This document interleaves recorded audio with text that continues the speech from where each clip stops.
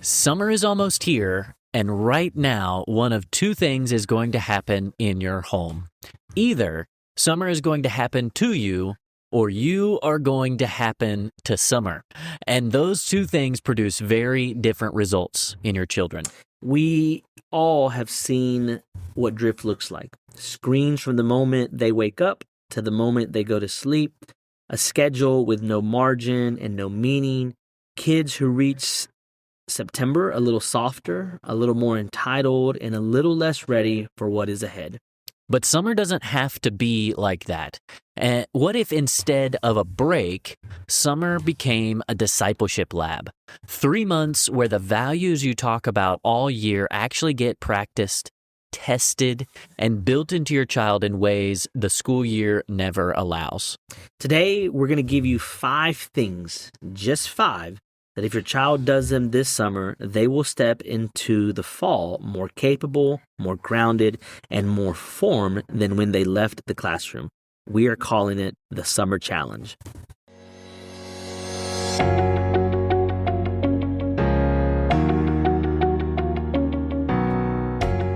Welcome to Equipped for Impact, the podcast designed to assist Christian parents, leaders, and educators to raise up the next generation to stand firm in their faith and influence the world for Christ. We're your hosts. I'm Nate. And I'm Lewis. And we are glad you're here with us today for this end of school year episode because today is the last day of school for us. For us. So if you're listening to this on the day it releases and you go to school here where Lewis and I are, it's a half day, it's party day, and then you're done. We're done. You're done. But if you don't go to school with us, why not? Yeah. You probably still have school for another 2 or 3 weeks. Probably. 4 or 5 maybe? Yeah, that's right. When we went to Germany last summer, and we were there 4th of July week. Yeah. And kids were still in school. Wow. Of course, they don't start school till like late September, so that's like the whole thing. Yeah. But it was crazy. So they don't celebrate Independence Day there? They do not celebrate Independence Day. What in the world? Sorry. I did not celebrate Cinco de Mayo either. Did you celebrate Independence Day while you were in Germany? I did wear red, white, and blue. And did you wear red, white, and blue glasses? I did not. You should have. I did not. I'm sorry.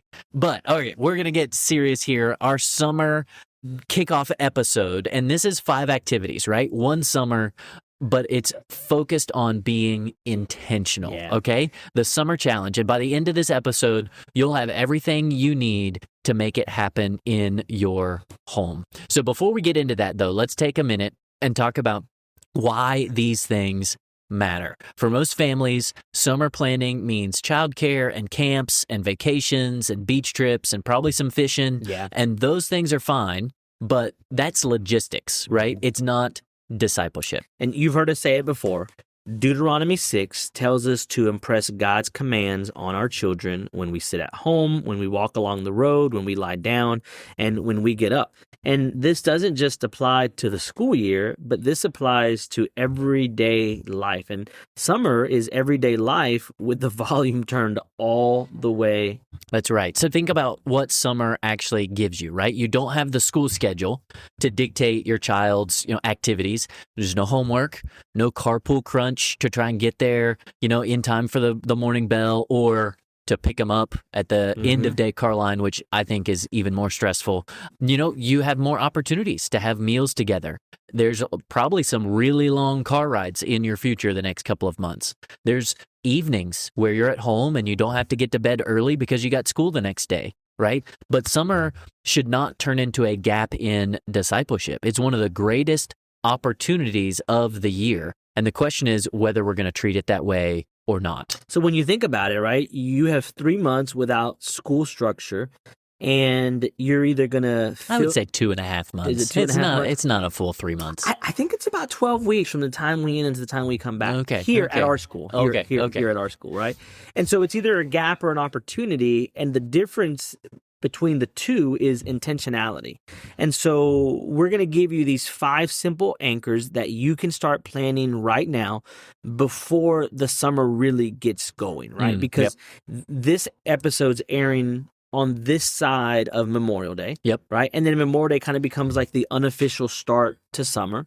And so take the next few days to listen to this, jot some ideas down, and then give your child a summer that is going to shape them with purpose that goes way beyond entertainment.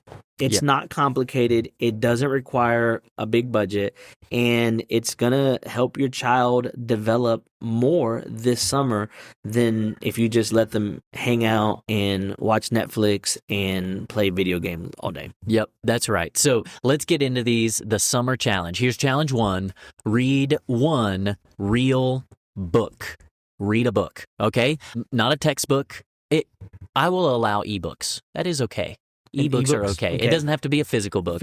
But it does need to be a real book, not a textbook, not something on an assigned reading list. It's a book that they choose or that you help them choose, that they read purely because it's worth reading. And I know what you're thinking, right? My kid does not like to read. It's because they haven't found a book that they like. Absolutely. But here's what we know. Children who resist reading have usually only been handed books chosen by someone else for a grade, right? But give a kid a book that actually matches who they are and what they love, and then all of a sudden the resistance disappears. Yeah, and we need to pause for a second. And there has been this trend, especially in like younger readers or the middle grades, I think they call them sometimes. And so that's like upper elementary to middle school, to make a book appealing by throwing a bunch of potty humor in there. And it's like, boogers and poop and stuff like that kids giggle at, right? So don't go that direction, right? But you can find a book that matches their interest and that they enjoy, right? Go to the library and find something. There's dragons, there's magic, there's, mysteries. There's a bunch of options out there. In fact, we did a summer reading list episode last year. Yep, that's episode right. 18, right? Man, 18. And we're on, 59 right now? Yeah, 58. It's 58. Something like that, Oh, man. So anyway, 40 episodes ago, you can go back and you can grab that. Some of that's for your kids. Some of that's for you. But that's a good place. And the principle here is bigger than a list, right? Because Proverbs 4:7 says, get wisdom, right? And though it costs all you have to get understanding, and that's really important. We live in a world training our children to consume content in 5-second clips, right? But a book goes against the grain. It's something that will help form them, even if it's a fiction book, right? I've quoted the C.S. Lewis quote too many times on this podcast, but talking about how through good fiction, it's like sneaking past watchful dragons, and it can really get to a moral lesson into their heart when they're not really expecting it, because it's a good book that's really moving them along. Yeah, and if you need a recommendation, let me give you a specific category that might be worth considering. Now, remember, you want your child to pick the book, right? But have them consider a missionary biography. Oh, yeah. Have them look at someone like Jim Elliot, Hudson Taylor, Lottie Moon, Adoniram Judson, right? Yep. What those books do is it gives your child what you could call a moral imagination. It's a picture of what a life that's fully committed to God actually looks like in practice. And so this isn't theory, but they see it as a story, right? And stories shape us in ways that arguments and theology and doctrine and apologetics never can or are able to. Yeah, that's right. And here's another practical piece of advice here is sit down with your child before summer starts and let them pick this book with your guidance and put it somewhere visible and set a goal. It can be a loose goal and make it appropriate to your child. So if your child's not a reader, 2 chapters a week is probably good. If your child is a reader, like our kids are readers, but we've fostered that over years. We've gotten to that point, right? So don't take this as I have to start there. But like 2 chapters, like my kid would be like, that's nothing. I mean, this morning, the day we're recording this, my child had started it's like a 600-page, it's a fiction book, and they started it over the weekend. They're already almost at page 500. Wow. And it's like, just a couple of days. Yeah. So two chapters would not be useful to her, but whatever works for your kid, set it and then celebrate it when they reach that goal. Yeah. Yeah. And read alongside them, right? Yeah. Even if it's a different book, but let them see you reading as well. When they say, I'm bored, yeah, read a book. Let's read together. Let's read together. Yeah. There you go. The second challenge is memorize one passage of Scripture. And we're not talking about just memorizing a verse. We're not talking about memorizing like something that's very familiar, but find a passage, something with enough weight to it that when they're 25 years old and going through something hard, they can pull back this passage from memory. Yeah, Psalm 119:11 is a classic verse. You probably haven't memorized, but it's your word I've hidden in my heart that I might not sin against God. And, that hidden word is not, knowing where to look it up. I had a professor that talked about memorizing scripture is just being able to read the Bible without physically having the Bible with you. That's really good. Like, that's the whole point. Yeah. And so if you've memorized it, it's internalized, it's in your heart, and you can bring that up in a moment. And summer is a perfect time to actually pick some verses that are good for you and your family and work on them when there's no schedule pressure with extra homework or extra assignments. And, there's some great options depending on their age, right? Psalm 23 for younger kids, right? Yep. Maybe Romans 8:28 through 39 for older kids. Yeah, a big section, but it's important because you get the full flow of the argument. Yep. Yep. Or the Beatitudes, like memorizing the Beatitudes, memorizing Philippians 4 through 8, memorizing James chapter 1, 2 through 4, and let the passage speak to where your child is actually right now. So if they're struggling with fear, maybe you need to go to Isaiah 41.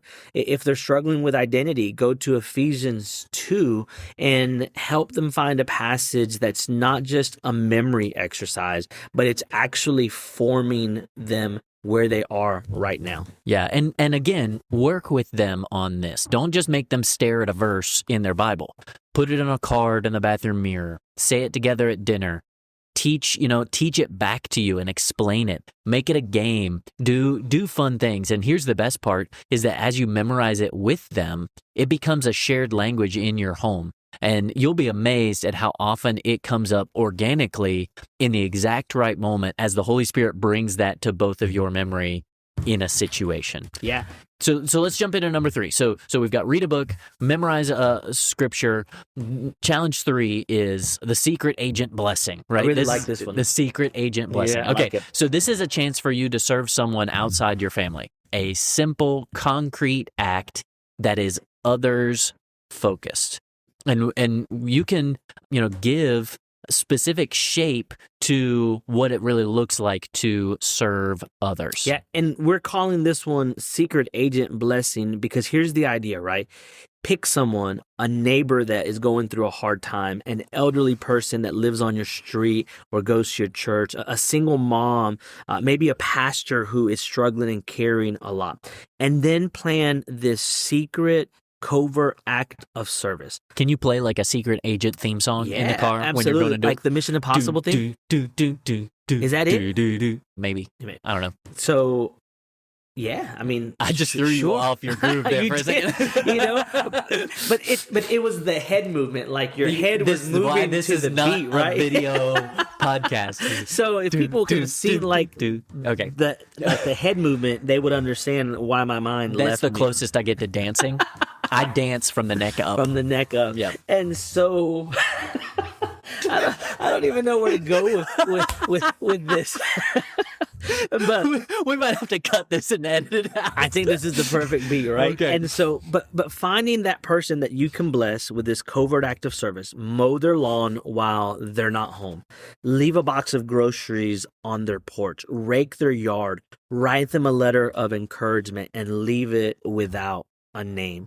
The idea is to be anonymous in doing this. Yep. And the reason to do it that way is because it targets something that, again, is countercultural right now. And it's our children are growing up in a world where every kind act is a potential content opportunity. We're going to snap a picture and put it on the gram because it's what we're doing, and we want everybody to know, what we're doing and that we're good. And this is, they measure value that way, likes and views and comments, and doing it anonymously, doing it secretively teaches them to do good when absolutely no one else is watching. Yep. So no grabbing the phone, taking the selfie, and saying like, hey, doing God's work today, feeding the homeless, right? Hashtag blessed. Blessed. And then put it on Instagram for the world to see. Yep. Because it's actually what Jesus talks about, right? In Matthew 6, he says, when you give to the needy, do not let your left hand know what your right hand is doing, so that your giving may be in secret. And then when your Father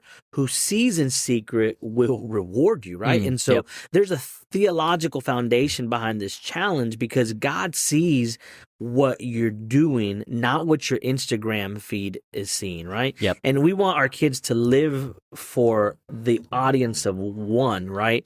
Not for the Instagram audience. Yep, that's right. And you can do this, again, together as a family and debrief afterwards, right? Ask your child what they noticed, how they felt. We've talked about Paul Tripp's heart questions before, and really getting to the heart. And that's not just in a discipline moment. It's even in good moments where it's like, okay, well, what were you thinking and feeling? What did you expect to happen? And did it actually turn out that way? And you can walk through that, and it helps turn service into a conversation, and that conversation into a formative moment. And the fourth challenge is probably going to be one of the hardest ones. And it's one that you need to do with intentionality. But here's the thing, right? When you do it, it's going to be one of the most rewarding, most memorable things that your child gets to carry into adulthood. And this challenge is to have one meaningful conversation with an older believer, maybe a grandparent, maybe a mentor, maybe a pastor, maybe a family friend who has walked with God for a long time. But sit down with your child with an older person that's significantly older than them, and have a meaningful conversation with that believer. Yeah, and that's really good, because Psalms 145:4 says, one generation commends your works to another. They tell of your mighty acts. And it's that intergenerational transmission of faith that it's not automatic. You need to seek that out, especially in today's culture. You know, when this psalm was written, it was typical for families to be multi-generational, even living under the same roof, right? Not so today. And so we need to seek that out. We need to create that. And our children are growing up in so many age segregated, ministries and environments, and it's like they'll rarely develop the opportunity, like, to have those deep conversations with people that are a decade, 2 decades, 3 decades older than they are. And so we lose a lot when that connection breaks down. And here's what we recommend, right? Before the summer gets too far in, identify that person. Call them. Set a time. Get lunch, maybe dinner. Give your child... Maybe breakfast for dinner. No, let's not do that. Why not? Because we're trying to build disciples. Yeah. Not heretics. And teach them what's good. Bacon at 9 o'clock at night. With what? Like on a cheeseburger? Because that's okay. No, just bacon and eggs. Bacon? No. French toast with syrup on top. I'm not a huge French toast guy, but if I was going to have it, it would definitely not be at any time after 9, after 10:30. If you want to have your child have a conversation with me over breakfast for dinner, we're going to IHOP. You don't qualify as old enough. Are you sure? I think so. I think we're thinking like somebody who's maybe got a little bit more gray than you do. If you want to talk to my dad, and I will tag along, and we can meet at IHOP. That's fair. Okay. Before 10:30. But when you do this, right, is give them 2 or 3 real questions to ask, and not surface questions, right, but real ones. Things like, what is the hardest season of your life, and how did God meet you in it? What do you wish you had known about God when you were my age? What scripture has meant the most to you, and why? I remember having to do a project in school where I interviewed my abuelo, and he was like in his 80s whenever I did. And it was a really cool conversation where I got to ask him a lot of questions. And then later on, I had another project in the school where I had to interview somebody from a nursing home that I didn't know. And that was really cool because then I learned about this person's life that I had no connection to. And so it was really cool. That's what we're talking about, right? Let them know that they are living in a continuation of God's story that started way before your child was even born. Yeah, and you as the parent can get out of the way, right? Let that conversation happen, and you'll be amazed at what an older believer will pour into your child when they're just simply invited to do so. Most of them are waiting for someone to ask. And, I already mentioned my dad, but we actually did an episode on grandparenting with my parents and just that whole idea of the role godly grandparents play in children's lives and the legacy. But that doesn't happen on accident, right? You have to be intentional. When someone intentionally creates that moment, and summer gives you the margin to do that. So let's get into number 5, and that is do something hard on purpose. This is a really great one, right? Because it's teaching your children that they can do hard things. That's really good. Yeah, you can finish. Even if you're not sure you can finish, you can get going, right? It's a physical challenge, a creative project, a week without screens, learning a skill that requires patience, something that makes them genuinely work and make it through the struggle. Yeah, in the book of James, chapter 1, we read this, right? Consider it pure joy whenever you face trials of many kinds, because you know that the testing of your faith produces perseverance. And we want to let perseverance finish the work in our children so that they can be mature and complete and not lack anything, right? That's what James 1:2-4 says. Well, perseverance is produced by testing, and if we never allow our children to be tested, then we're actually robbing them of the very process that God uses to make them whole. Yeah, and we talked about this in our episode on responsibility and resilience and all of that. One of the greatest failures of modern parenting is that we've engineered struggle out of our children's lives, right? Everything is made for them. And so effectively, they don't have the framework for what it means to struggle through hard things. And when struggles do inevitably, arrive, they're not comfortable and they don't have that preparation to handle the situation when it comes. And so this summer, let them struggle a little bit, right? Train for a 5K. Spend 100 days of journaling, build something with their hands, a full week without social media and documenting everything that happens in their life, right? The goal is not the accomplishment, but the goal is the discovery that they can do hard things, that they are more capable than they realize and gave themselves credit for. Yep. And when they finish, however they finish, make it a moment. Sit down, talk about it. Again, we've talked about how the conversation and the connection can happen there, and turning this into a formative moment and really celebrate, right? Celebrate that and help them see that God is working and has enabled them to do these things. And the stories your child tells about themselves and how they do these things matters because it shapes who they ultimately become. So we've given you the 5 challenges, and quickly we're going to help you make it real in your home before the summer starts. That's right. So the first thing is sit down as a family and talk about the summer challenge, right? Don't make it a mandate, but just explain to your kids how cool this could be and let them have input on each of these things, what they're going to do, and let them design a plan that they're excited to follow through on. And then the second thing is to write it down and put it somewhere that you're going to see it, right? A whiteboard in the kitchen, a printout on the fridge, whatever works in your home. But writing it down creates the commitment. Visibility is going to create that accountability without you having to nag about it. And actually, we've got a resource to help you with that. So if you email us at podcast@wayneChristian.org, we will send you a little PDF printable where you can even fill in these 5 challenges. Yeah. Real simple, and you can get in there and you can do that. You can hang it on the fridge. They can put it in their room, whatever. But it has these 5 things, and they can fill it in themselves. So email us, podcast@wayneChristian.org. Love it. And then the third thing is that you can do at least one of these 5 things with your children. You don't have to do all 5. Or maybe you will do all 5, right? But just doing one will help them see, that discipleship is not just a thing for kids, right?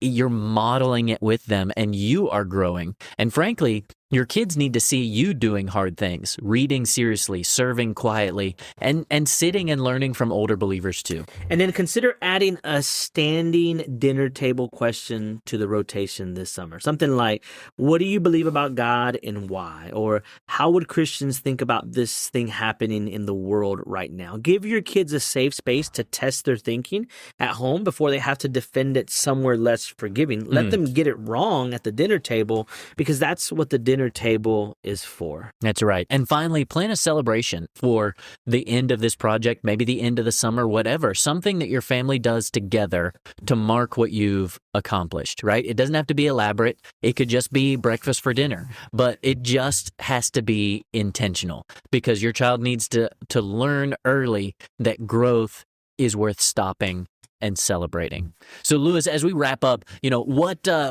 encouragement or challenge would you give parents before they wrap up this episode and kick off their summer? Parents, here's the simple challenge. Breakfast for dinner. Before you go to sleep, no, okay, do not have breakfast or dinner, but write down these 5 things somewhere where you're going to see them tomorrow. Right? Read a book, memorize a passage, serve someone in secret, have a conversation with an older believer, and do something hard. And then pick one and start planning it, right? 1 phone call, 1 trip to the library, 1 conversation with your child. Summer is not 3 months of waiting for the fall. It's 3 months of opportunity. 3 months of dinner tables and car rides and front porches and unhurried evenings. 3 months to invest in your child's soul, their mind, their character, their faith in ways that the school year doesn't allow you to do, right? Deuteronomy 6 does not tell us to find the perfect curriculum. It tells us to be present and intentional in the everyday moments, and summer gives you more of those moments than any other season of the year. So don't let them drift by.